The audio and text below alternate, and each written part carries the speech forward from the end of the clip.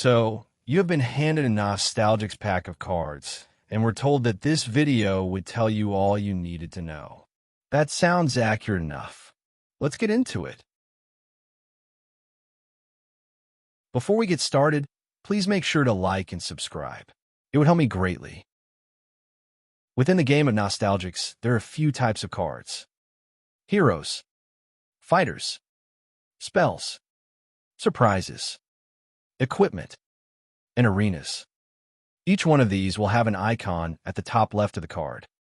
Fighters will have different icons depending upon their element or ale.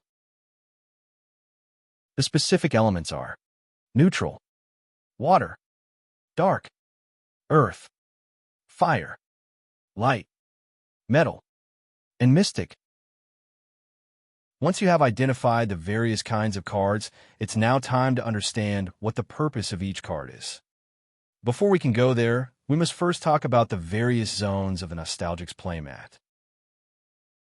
Starting at the top of the playmat on the left side are the prize counters. The prize counter is a win condition within the game. Each player will start with 10 counters. And as you eliminate non-token fighters on your opponent's play area, you will take a counter for each. After you have taken the last counter, the game is over. At the top center of the play area is the arena zone. This zone is shared by all players. When a player plays an arena card, it affects all players, and it may be replaced by any player by playing another arena card. Just below that, in the center of the play area, are the 7 fighter and token zones. While playing the game, you will be limited to no more than 7 non-token fighters. Each fighter, token and non-token, take up 1 slot of this zone. If your fighter and token zone is full of non-token fighters, you cannot play another non-token fighter until a slot is freed up. However, if all the zones are filled, you can create another token fighter. This is because there are unlimited spaces for token fighters. Or, it should be understood that token fighters only take up space if there are not enough non-token fighters to occupy those slots. To the right of the fighter and token zone is the void zone. This is where eliminated fighters, discarded cards, casted spells, and removed cards will go. If you have played a trading card game before, this is your graveyard or discard pile. In this game, it is referenced as the void. Just below the void zone is the deck zone. This is where your 50-card deck will be placed during gameplay. To the left of the deck zone is the 6 surprises, spells, and equipment zone. To make things short and easier to reference, we will call it the spell zone. There are 3 zones to the left and right of the hero zone, which we will get to next. These 6 slots are where you'll be able to cast spells, place equipment attached to fighters and heroes, and lay surprises face down. If all the spell zone slots are filled, you will be unable to cast another spell, equip another equipment, or lay another surprise. In the center of the spell zone is the hero zone. This is where you will place your hero at the start of the game. During the game, if you replace your hero by casting another, this is where it will be placed, replacing your existing hero. At the bottom of the play zone is the mana meter and maximum mana track. This is where you will place your 10-sided dice with a maximum value face up, and then slide that die across the track showing the current amount of mana. If you have an official playmat, 2 tracks will be shown, one for the maximum mana and another for the current mana. It is important to note that the maximum mana you can naturally accrue is 10. However, there are spells and effects that can push your maximum mana past this limit. Now that we have explained the play space, we can move on to the parts of a card. At the top left is the card icon, which we have already covered. On the top right is the mana cost. This is the amount of mana you will deduct from your current mana pool.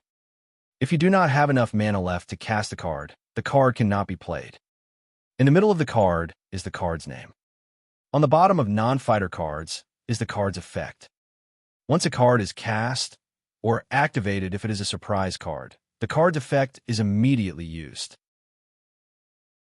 Moving on to fighter cards. Above the fighter's name will be an evolution bumper if it is a level 2 or higher fighter. This bumper explains which fighter is the previous evolution of this fighter. Under the fighter's name is the fighter's subtype and effect.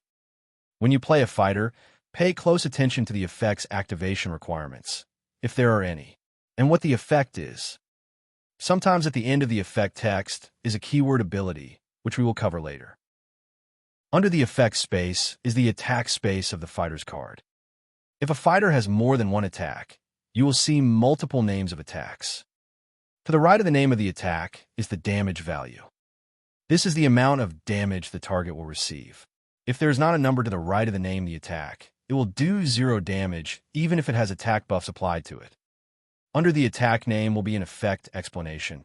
If the attack has an explanation, this would describe what happens either as a result of the attack, how to activate the attack, or the legal targets of the attack. Nostalgix is a chaotic game, so read the attack effects carefully. Moving on to the bottom left of the card will be the armor and health value of the fighter.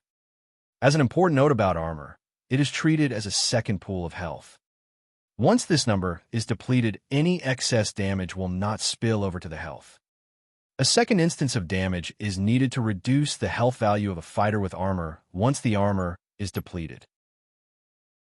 To the right of the health and armor value is the fighter's elemental weakness. If the fighter is damaged by a fighter with this element, it receives double that damage. Sometimes this space will be blank. That means that the fighter is not weak to any element. On the bottom right corner of a fighter card will be the fighter's elemental resistance. If a fighter is attacked by another fighter with this element, it will receive 2 less of that damage. Sometimes this space will be blank, which means the fighter does not have an elemental resistance. In the game of Nostalgix, fighters can evolve. In order to evolve a fighter, you must first have the previous evolution in the fighter zone, and the next level evolution in your hand, and enough mana in your mana pool to cast the evolution of the fighter. If you are having trouble figuring out the level of an evolution, check if it has any angle brackets next to its nameplate. Level 2 fighters will have 1 bracket, while level 3 fighters will have 2 brackets.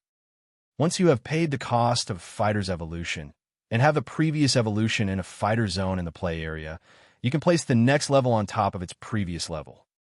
The new fighter replaces entirely the previous, but the previous evolution stays under the evolved fighter. Moving on to hero cards. At the bottom left of the card is the hero's ability. As with fighters, it has activation requirements, limitations, or even legal targets explained in the effect text. Read this carefully to fully understand what it does. On the bottom right of the card will be the hero's health pool. Another possible victory requirement is to reduce all other players' heroes' health pool to 0. Similarly, your opponents will be attempting to reduce yours as well, so be mindful how much health your hero has. Before I explain the rest of the card types, it is important that you understand how the game is played. The official rules state that you must first shake hands with your opponent.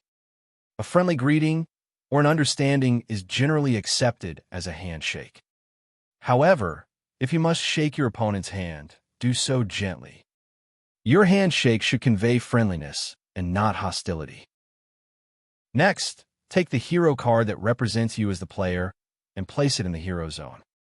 Then place a number of counters or set the reminder value of your dice to the printed health value on your hero.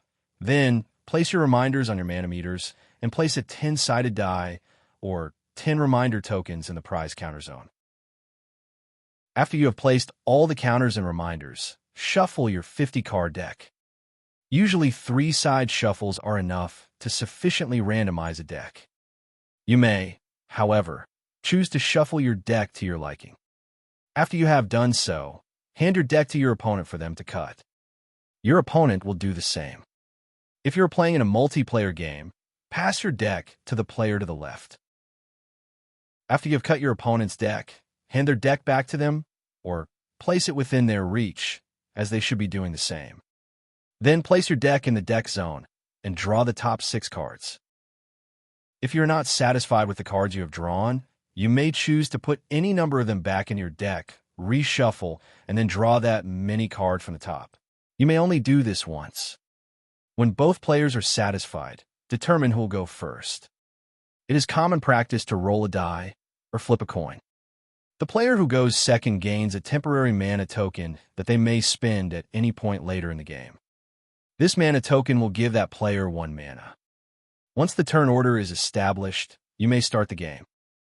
At the start of each turn, draw a card from your deck and add it to your hand. It is important to note that if you are unable to draw a card at the start of your turn, you do not lose the game. Instead, your opponent takes a prize counter, then play resumes as normal.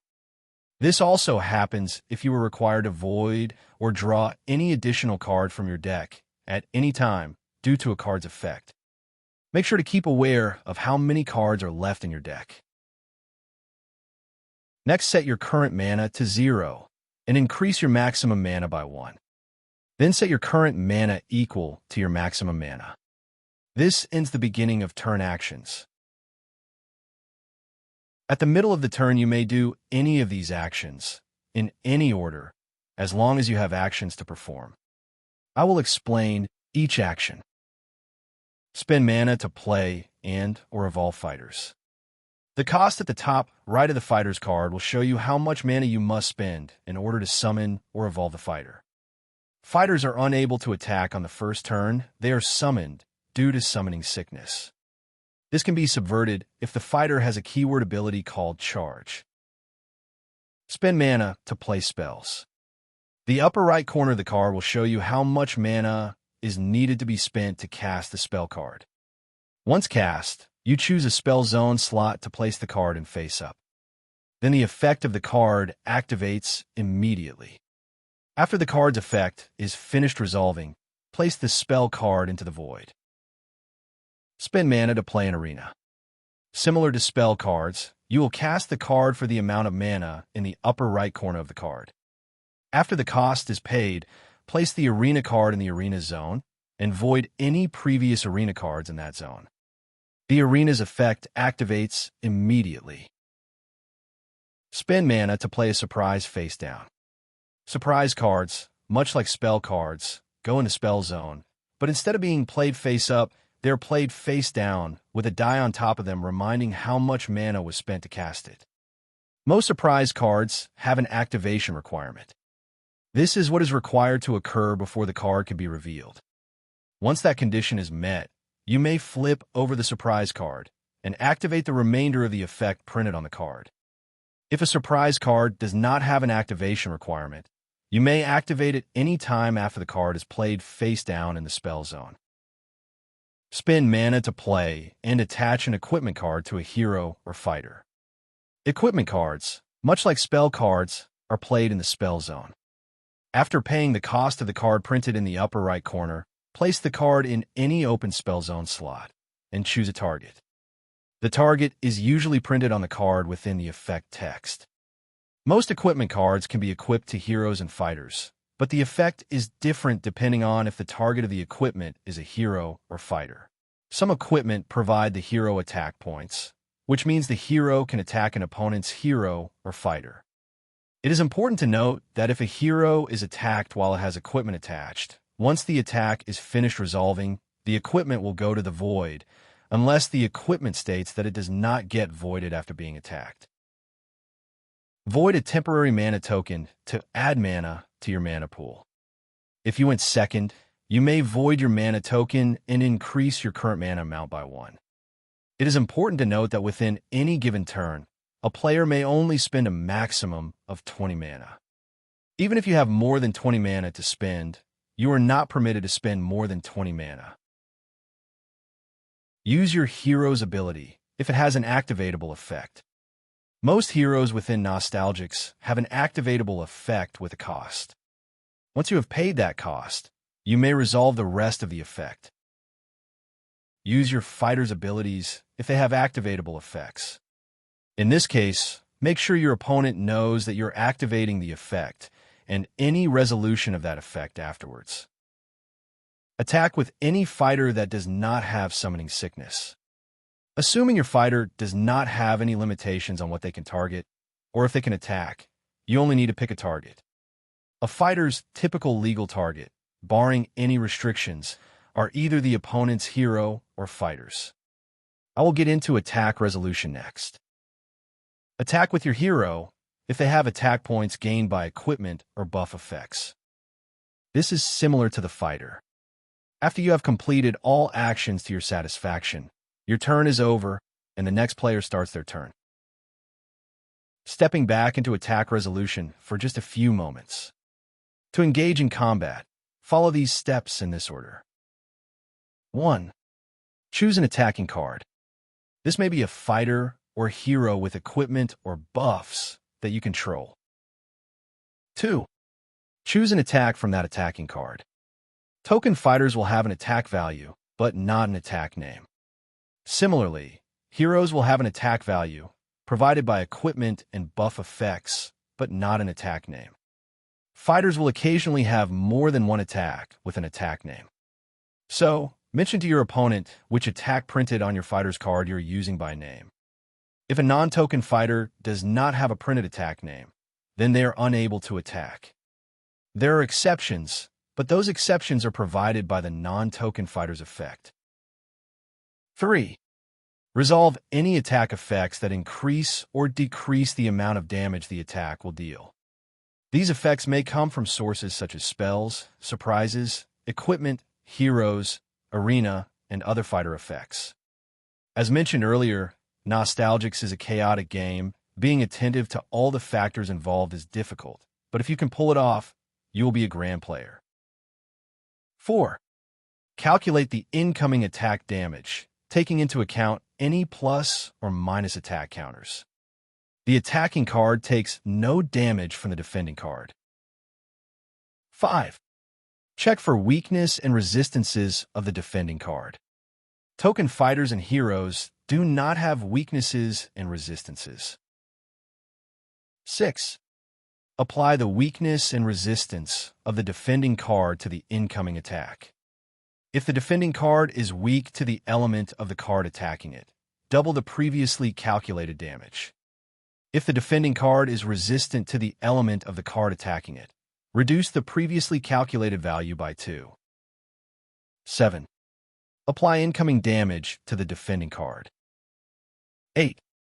If the defending card is a fighter and the incoming attack has reduced their health value to 0, void the fighter and take a prize counter. If the defending card is a hero and the incoming damage has reduced their health value to 0, the game is over. If the defending card has an armor value that is currently higher than 0, deal all incoming damage to the armor value. Damage that remains from the attack will not spill over to the health value.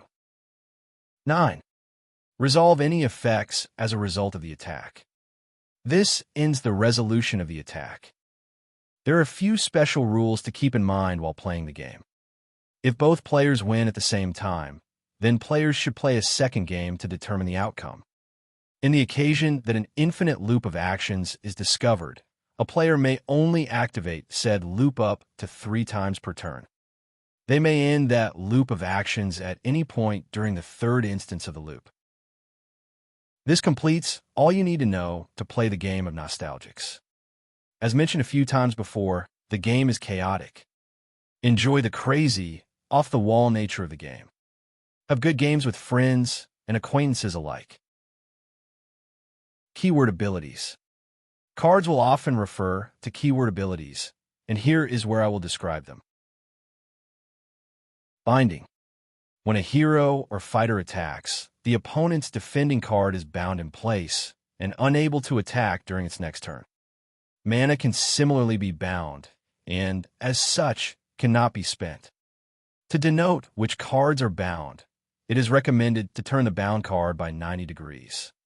This effect can be removed by evolving. Charge. A fighter with the ability Charge is immune to the effects of summoning sickness and may attack on the first turn it is summoned. Giving a card charge after the first turn it is summoned will have no effect. Crescendo. The card with Crescendo will gain a +1 attack counter at the end of the turn it is used in an attack. Death Touch. When a fighter with Death Touch deals any amount of damage to a fighter, that fighter is destroyed. Heroes are immune to Death Touch.